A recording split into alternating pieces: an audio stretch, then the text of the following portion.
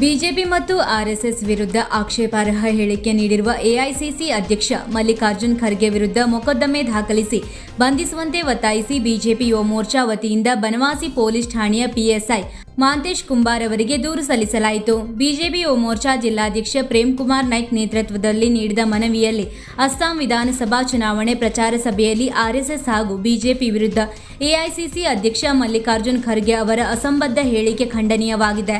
ಖರ್ಗೆ ಅವರು ಕೋಮು ದ್ವೇಷ ಹಬ್ಬಿಸುವ ಮಾತುಗಳನ್ನು ಆಡಿದ್ದಾರೆ. ಆರ್ಎಸ್ಎಸ್ ಹಾಗೂ ಬಿಜೆಪಿ ವಿಷಯದ ಹಾವುಗಳಾಗಿದ್ದು ಪ್ರಾರ್ಥನೆ ಸಮಯದಲ್ಲಿ ಅವು ಕಂಡರೆ ಹೊಡೆದು ಹಾಕಬೇಕು ಎಂಬ ಹೇಳಿಕೆ ಜಿಹಾದಿ ಸಂಸ್ಕೃತಿಯ ಪ್ರತೀಕವಾಗಿದೆ. ಇಂತಹ ಸಾರ್ವಜನಿಕವಾಗಿ ಪ್ರಚೋದನಾಕಾರಿ ಹೇಳಿಕೆ ನೀಡುವುದು ಅವರ ಅನುಭವಕ್ಕೆ ಶೋಭೆಯಲ್ಲ. ಮುಸ್ಲಿಮರ ಓಲೈಕೆ ಮಾಡಲು ಏನು ಬೇಕಾದರೂ ಹೇಳಬಹುದು ಎನ್ನುವ ಮನಸ್ಥಿತಿಯನ್ನು ಅವರು ಈ ಕೂಡಲೇ ನಿಲ್ಲಿಸಬೇಕು. ಇಂತಹ ಆಕ್ಷೇಪಾರ್ಹ ಮಾತುಗಳು ಕೋಮುಗಲಭೆ ಹರಡುವ ದೇಶದ್ರೋಹಿಗಳಿಗೆ, ಮೂಲಭೂತವಾದಿಗಳಿಗೆ ಬೆಂಬಲ ಸೂಚಿಸುವ ಮಾತುಗಳಾಗಿವೆ.